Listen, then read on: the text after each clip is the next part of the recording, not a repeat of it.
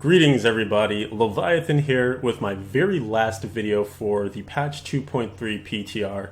At this point we're pretty much right at the end of things. We have patch 2.3, the official thing, ready to drop live by the time you see this, perhaps in just mere days.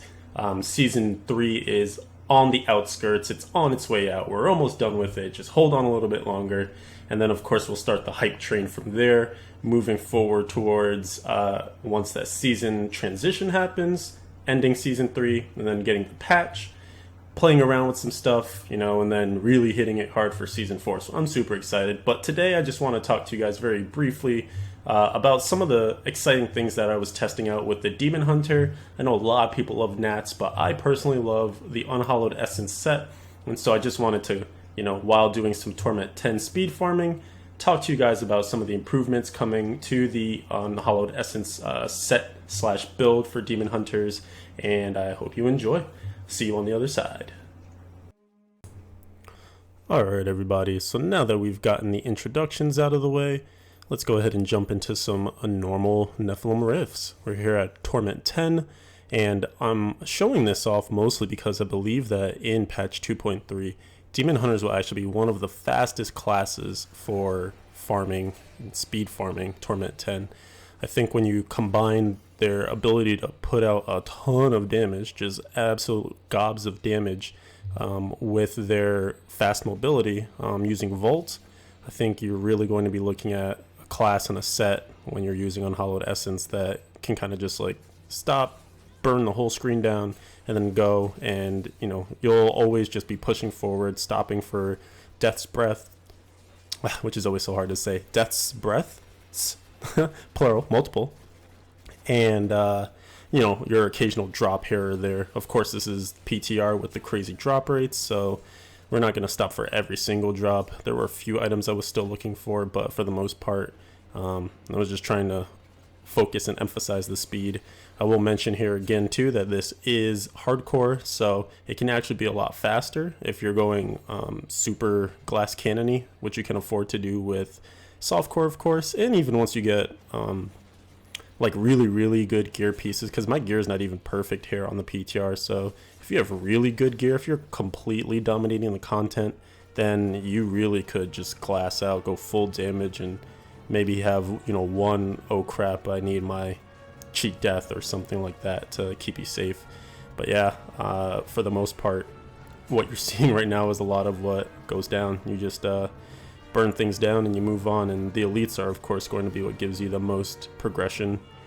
So in a way, I mean, the nice thing about the Unhallowed Essence set, of course, is that you burn down the white mobs along the way anyway, so while you're seeking out those elites to kill and move the progress bar, you'll be killing whites as an accident of attempting that. So in the same vein, you're always efficiently moving through the rift because you're just constantly killing the screen. Alright, so let's talk about some of the items that are coming for Demon Hunters in patch 2.3. I want to say there are three, a triumvirate, if you will, of items that are really going to help not only the Unhallowed Essence in particular, but just in general Demon Hunters. So those general helpers would definitely be remiss if we didn't start with the bracers, and that's the Wraps of Clarity. And you know, they itemize as your normal bracers would, but their legendary power is what obviously gives them the most utility, and for them, that's a damage reduction, and that damage reduction ranges from, I believe, 30 to 35%, and it also triggers off of using a generator. So of course this ties in beautifully with the Unhallowed Essence set and any Demon Hunter build that will strive to use Focus and Restraint, because you will need to have a generator in your build in order to proc one of the sides of Focus and Restraint. So you might as well throw those bracers on as well for the damage reduction. And of course, that's always one of the biggest things that plagues Demon Hunters, is that they can put out just ridiculous amounts of damage, but they often can't take a hit. You know, a stiff breeze rolls through and they fall over. So in patch 2.3, I think the safety of your DH will be much improved. You won't actually have to play on such like a twitch you know, mode of, oh gosh, I need to make sure my movement is perfect, because, you know, back in 2.2 days, any stray hit, any bolt of lightning or jailer or whatever have you, you know, the damage was just so readily there to kill you that it was pretty tough to get by. So I think coming in past 2.3, your safety, if you're concerned with that, and of course we are in hardcore especially, your safety will be much improved. The next item that I'd like to also talk about is the Hunter's Wrath, which is the new belt that's coming for Demon Hunters. And this belt works, I mean, it's not the strongest option that they have by far. I think Witching Hour is still definitely a belt for consideration. Potentially others too, depending on what you need. But I think that Hunter's Wrath actually works really well inside of the Unhallowed Essence build in particular, because what it does for its legendary power, and it itemizes again the same as most belts do, but its legendary power, it makes your primary attacks, so those are the things like your Evasive Fire, your Guided Arrow, I forget if that's what it's called, I'm just thinking about from like D2 days, but all the other generators essentially, Ebola, etc. It makes those fire 30% faster, and then there's also a buff on them from 45 to 60%. So that can, at least help when you need to throw out your generator, which of course is going to be often on your focus and restraint builds, and also when you're trying to generate some hatred too, because the Unhallowed Essence set will spend hatred so fast when we talk about our next item. That means you also of course need to be able to mitigate getting your resource back and being able to throw out your generator that much faster, and also have it do considerable damage. I mean, it's not going to be the crux of the damage in your build by any means, but being able to have it boosted a little bit by this belt certainly goes a long way. And of course, like I was mentioning, there are grounds to consider the Witching Hour above that, since you would just be getting better damage all around and the attack speed on that as well too. But it doesn't itemize quite as well if you're looking for defense, because if you just take Hunter's Wrath, the benefits are coming from the legendary power, but you can still go Dex, Vit, All Res, Life Percent, for instance, and that actually represents a ton of damage mitigation in itself. And then lastly, but certainly not leastly, which is not a word, but go with it, we're going to look at Yang's Recurve, which is the creme de la creme of items coming in 2.3 for Demon Hunters, for those who love Multishot, and for those who love Unhallowed Essence. So this build really drives home the Multishot purpose of the Unhallowed Essence build, because obviously back in the day, once people got their Kreider shots, that was kind of what people were using to really bolster their damage output within the Unhallowed Essence set. And ideally, the Unhallowed Essence set was designed to really make that multi-shot build, the things that we saw back in D2, bring that kind of to light into the forefront in Diablo 3 with its own spin on it. So this Yang's Recurve bow essentially pushes the build back towards that multi-shot affinity, and it does that job very well, because one of the massive things on it is a 40 to 50% resource cost reduction. You heard right, 40 to 50%. So if you're rolling that maximum, all your resources, anything that you're going to be spending, cut in half. And then of course you can bolster that through rolls on gear, through Paragon with another 10%. You can actually roll another 8% on top of that onto your Yang's Recurve, and then that changes the range for that. This is just an affix. This isn't even the legendary power on the bow. This is just one of the affixes. It comes with 5 primaries. You can then roll another affix into resource cost reduction, and then that moves the range from 45 to 55% resource cost reduction. And then the actual power is that it allows your multi-shots to be fired 50% faster. So now you're going to be putting out way more multi-shots. They're going to be costing way less. And I mean, that just... if that wasn't the purpose of the build before, which of course it was, now it's just being done on such an efficient level that you will destroy everything. And you'll be safe doing it because of the other things I mentioned previously, especially with those Wraps of Clarity. So those are some of the highlights to look forward to, and why the Unhallowed Essence build is so vastly improved in 2.3. And then some things to consider as well. Gem choices. Within Season 4, you can go ahead and find Bane of the Stricken for the first time. Of course, this was a gem that we saw previewed in Season 3, but then it didn't quite make it in because it was found to be way too OP.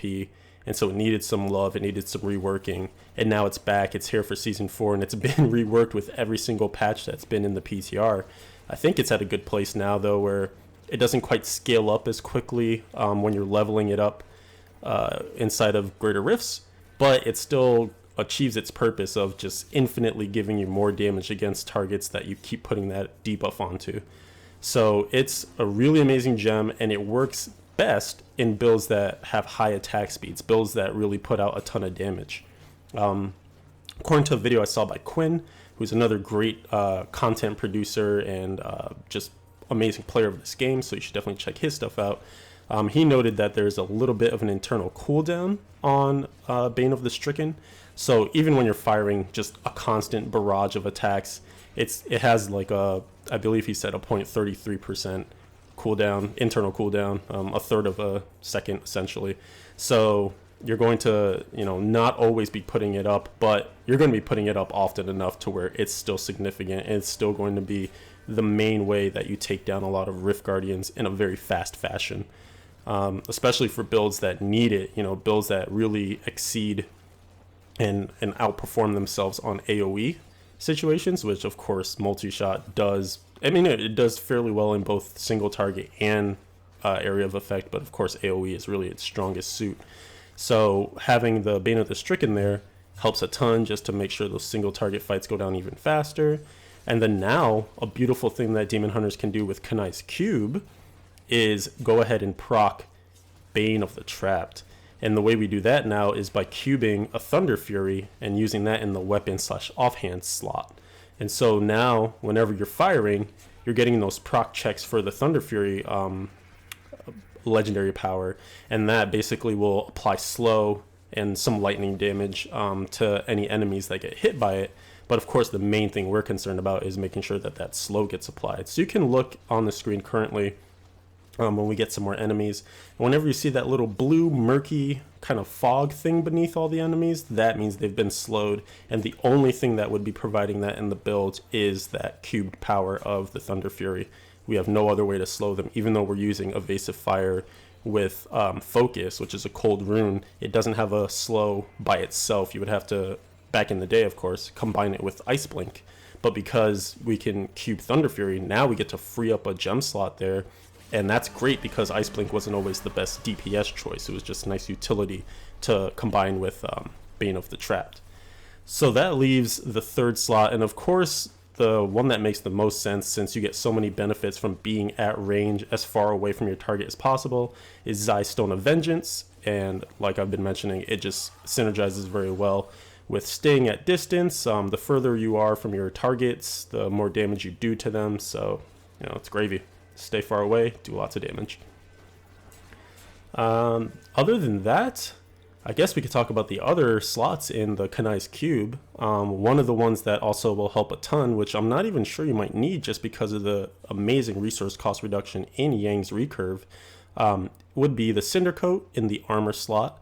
And so that would allow you to get another major source of resource cost reduction for your fire skills. And of course, in this build, in most standard Unhallowed Essence builds, you are going fire, and you are going with Multishot Arsenal, because those rockets that come out of it do a ton of damage, and you can bolster that further too with Ballistics as a passive that you can take as a Demon Hunter.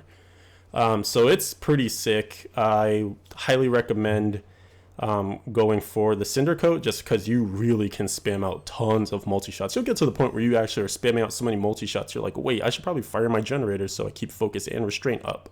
So it's pretty amazing that, you really don't run yourself that dry into the well anymore. Of course, one of the other things that you can do as well is maybe take Hexing Pants for your cubed armor slot.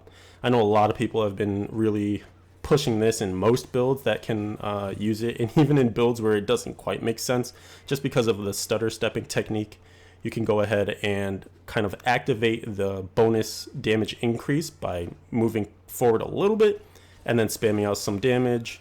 And then, when you're stopped, of course, you're not getting the benefit from Hexing Pants anymore, but then you just keep moving forward and so on and so forth.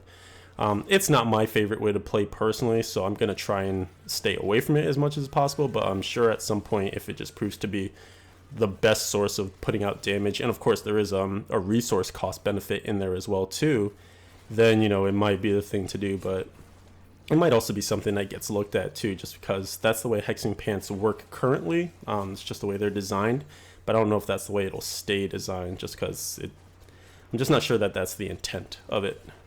Other than that, maybe Leoric's Crown just for the CDR, because we would probably you'd either put a diamond or an amethyst in your helm. Having the cooldown reduction helps, at least with the activation of your pet, your companion. And then you can also, of course, use the wolf, and that's just going to be a ton more damage. And the more often you can hit that up, then the more damage output you'll consistently have. So it makes sense to gear, at least in the helm with that free socket. Makes sense to gem it up for cooldown reduction. And then you just further bolster that with Leoric's Crown, but that might not be the best way to go about it. Of course, too, if you don't necessarily want the CDR, you feel like you don't need it, then you could go Amethyst and then use Leoric's Crown to boost that life percent bonus up. And of course, that would increase your life pool drastically. But again, you know, DH is still like to live on the edge anyway. So like if you can always trade defense for offense, then you're usually going to go ahead and do that. And of course, the ever-loved jewelry slot. An interesting one, a tough one, because you can go a lot of different routes here. You can go with an immunity amulet, so you know your Zephyrian, your Countess Julia, whatever you have that's been plaguing you. You know, you get too close to enemies and then their lightning shreds you, or you keep getting jailed and you're trying to avoid that from your slowing down your speed farming. Then you know you have options there. But personally, I just really like taking Unity for the flat damage reduction. Having that, and then having your follower set up appropriately with their own Unity and that follower can't die token makes it so that you'll just generally be taking 50% less damage. And when you have that, and you have the Rhapsodic Clarity, and you have the inherent damage reduction from the Unhallowed Essence set 4-piece, that's a lot of reductions, and that's a lot less damage coming in. And of course, the enemies do less damage too within this patch, so it's really, really great. It makes life a lot easier, especially when you're speeding along and you may not be playing as carefully as possible. None of these maps are super great. I think one of the main things that will affect the average time that you're getting for your clears inside of regular rifts will be, I mean, also inside of greater rifts too, but just talking about speedruns, focusing on that. If you get certain maps, then certain spawns as well as certain populations, they're going to be a bit slower. The best maps for Unhallowed Essence Demon Hunter, of course, are going to be ones with very wide open areas where your multi-shot damage can just spread freely. So some of the ones like your Act 1, wow, why can't I remember that map? What is it called? The one where you farm for the Key Warden all the time. Fields of Misery, that one. There are plenty of other open ones as well.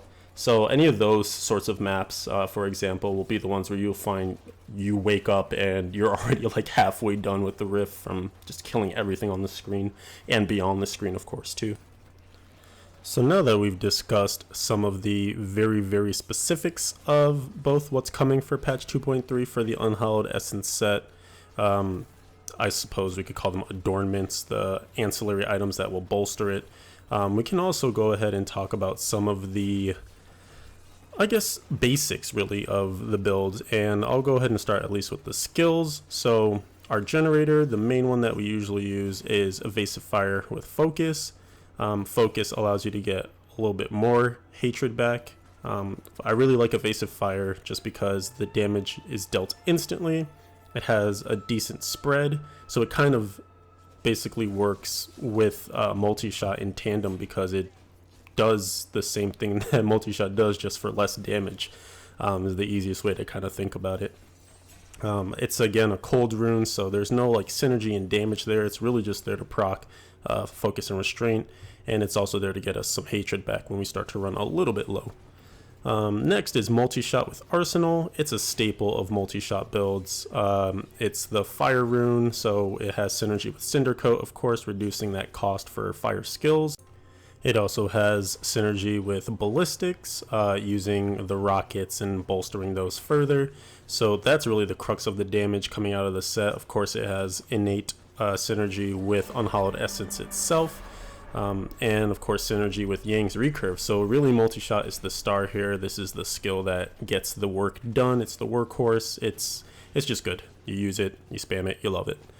On the other skills, it's really about just utility. It's about doing things that either help you move, help you survive, or help you deal further damage. So in the speed farming setup, I like to take Volt with Tumble, and that just allows you to really move around the screen pretty quickly. One of the passives that you can synergize with that as well is Tactical Advantage, and that makes it so that your movement speed is increased between Volts. So you're just going to be moving at a much higher speed throughout the rift. It's always good, especially when your damage is way up there. There's also direct synergy and benefit here with Yang's recurve actually, because you're reducing all your resources, and that means anything that also is driven off of discipline gets that reduction as well. So you can Volt for essentially ever. It gives you what you would normally have had to take both Danetta's Revenge and Danetta's Spite for, which is essentially unlimited Volt, because that would send it over to Hatred, and you had a much easier way of gaining and mitigating Hatred spending. So it's super powerful. I think that's just yet another reason to love Yang's recurve inside of the Unhallowed Essence build. And the nice synergy there as well is that because you're not spending and draining out your discipline, you don't need to hit the preparation button so often, and that's the next skill we'll discuss in a second here. But also you're not going to be limiting your damage or essentially undoing what the Unhallowed Essence set is supposed to do, which is bolster its damage off of discipline. You want max discipline at all times, and being able to reduce the resource cost that goes into vaulting while it's still a discipline spender makes it so that you're just always topped off and always doing that damage. Like I mentioned, the next skill that we're using is Preparation. Yep, Preparation, and we're using that with the Invigoration rune. That's basically just bolstering our discipline maximum, moving that up highly, and that's a skill that you covet on your secondaries on most of your gear where you can get it. So on your quiver, on your cloak, on your bow, crossbow, hand crossbow, whatever have you. You want max discipline on there, and you want to get as close to 12, which is the max number of discipline that you can roll for max discipline. So really that just of course feeds into your damage, into that 6-piece bonus of the Unhallowed Essence set. And Invigoration helps to further push up the amount of discipline that you can get. And if you do get into positions where you've just gone into a weird dead end somehow with speed farming and you need to Volt a ton to get back to where you were, well then you can just pop Preparation and then get your discipline right back up so that you're not missing out on any DPS. The next skill is Companion, and we're using the Wolf like I mentioned previously. One option of course is to use the Bat just for that steady flow of hatred, and on activation you would just get a nice dump, a nice lump sum of hatred rather than the nice even flow of it while it's passively working for you. I think the Wolf is just going to be way better because you just have a lot of ways to mitigate the resource cost. So having yet another source of getting hatred back or keeping hatred flowing isn't going to be exactly necessary. So of course, if we don't need the resources, what are we going to go to? Well, don't really need survivability either because we're killing everything so quickly, and we have a lot of that covered with Wraps of Clarity and cubing the Unity. We're going to go for the Wolf. And so that is really just a thing that we press pretty much whenever we come up to an elite pack, and we just get that 30% damage and spam those elites down as fast as possible with Multishot. And it really makes for those fights moving along nice and swiftly and keeps your progress through the rift moving. And that's of course the whole idea with running a speed farming build. You know, you want to be moving from pack to pack as quickly as possible. Last but not least, we're using Seethe, which is the rune on Vengeance, one of the newest skills that the Demon Hunters got in a Reaper of Souls. It's a really awesome skill, kind of similar to your Wrath of the Berserker or your Archon or your Epiphany. It's like the super skill for the Demon Hunter. And inside of Vengeance, you cannot be controlled, impaired.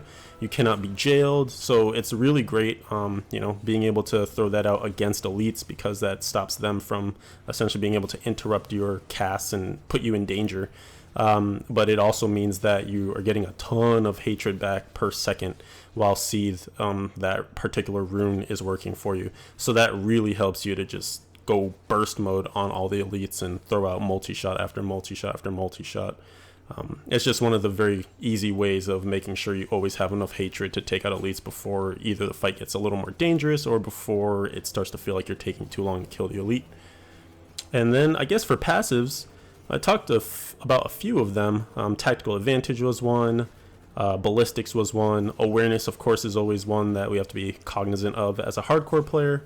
Other options as well too. Ambush, of course, synergizes very nicely with Multishot. Definitely one to consider. Steady Aim is a pretty useful one because that's going to help you when you're at range as well. It works nicely with the Zystone of Vengeance. And then having Cull the Weak, of course, works very nicely too, and that's one where you get some bonus damage from slowed enemies. And because Thunderfury is proccing the slow to help with their Bane of the Trapped, you might as well try and get some of that Cull the Weak damage in there too. So this actually means that a Hellfire Amulet is going to be really good for Demon Hunters, and in 2.3 they're going to be a lot easier to farm, and they're also going to be a lot easier to itemize since they'll come with a socket, and since Key Wardens will automatically drop a machine for you rather than keys. So it'll just be a lot faster to get inside of those uber fights, those uber bosses, and then hopefully it'll be a lot easier to make a key or to make an amulet that actually itemizes well for you and looks good and has the passive that you want. So I would say probably your top priority is keeping awareness up there, keeping tactical advantage for the speed, and then any of your DPS options from there. Ballistics is of course very, very strong. Cull the Weak was of course very, very strong as well too. So that's what you're really looking for. And that really brings us to the end of our lovely time here. I hope you enjoyed just watching some of these amazingly quickly cleared Torment 10 rifts. Torment 10 farming is going to be insanely important in 2.3 because of the reliance on Death's Breaths. And of course, being able to just speed along with those and playing in a group will clearly speed that along as well too. But being self-sufficient with it as well too, if you just end up coming onto BNet, your friends aren't around, you need to farm up, then hey, go ahead and do it on your DH. Unhallowed Essence, it's going to be awesome. Thank you guys so much for watching. I appreciate you all so much. If you liked it, hit the like. If you want to see more videos, subscribe, and I'll be around. See you in Season 4.